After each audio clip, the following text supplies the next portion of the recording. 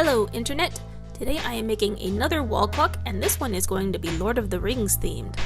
It's a multi-layered design, and here we see the very back layer of the design switching between the raster image that's going to be laser etched and the vector lines that the laser will trace and cut afterwards. The outermost circle of the design is a pretty simple knot rope pattern. Just inside that is the inscription from the One Ring. For this base, we don't see anything other than that because the center is actually going to be cut out of thinner wood and layered on top of the base piece. Now to switch to the second layer details. The center piece here is a Tolkien-inspired tree design. Though it isn't the White Tree of Gondor, I think it's more of an elven tree design, I'm really not sure. So at this point, I take all of the cut pieces over and sand them with my hand sander. I use 200 grit paper. That's enough to get the shadows left behind by the laser's overburn, but also leaves a pretty smooth top layer.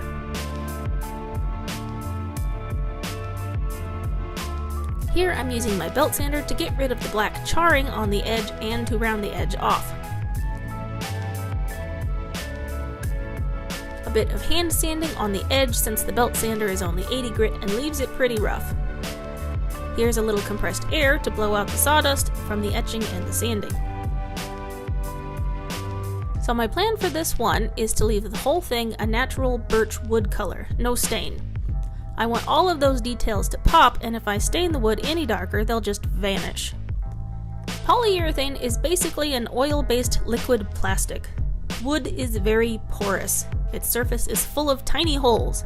I am aiming for a high gloss shine, and in order to get that, I need to fill all of those tiny holes to leave a smooth surface.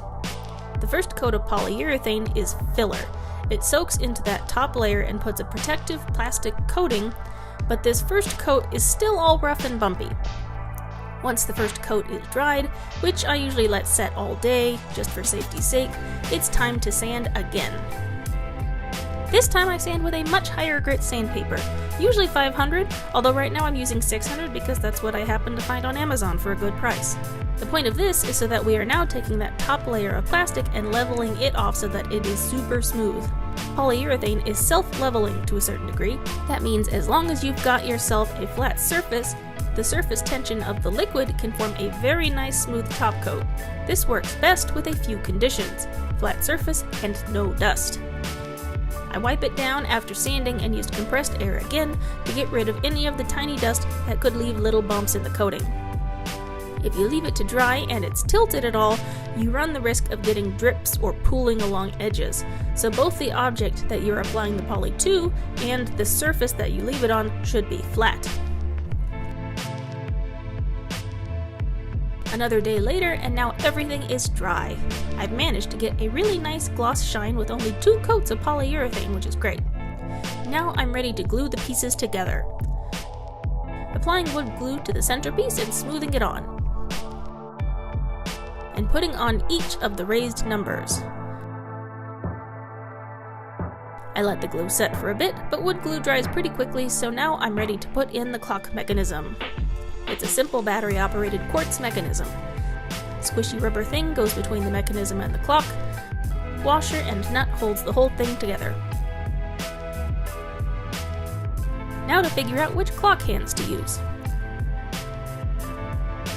I went for these thicker ones because the background kind of has a lot of noise going on, and I want them to stand out and be really visible. Hour hand pushes on. Attach the minute hand. Pop on the second hand. And done!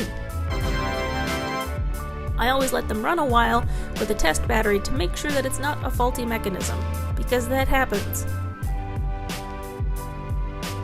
And that's it!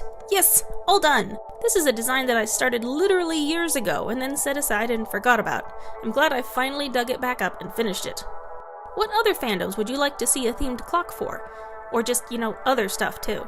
I'm thinking of making a set of coasters and a little holder to hold them, so maybe I'll get started on something like that next. What sort of themes would you most be interested in? Let me know in the comments below. Hope you liked this video. Check out my Etsy store for this and loads of other things that I make. Share this video if you liked it and it'll help a ton. Thanks for watching, and don't forget to be awesome. Bye-bye!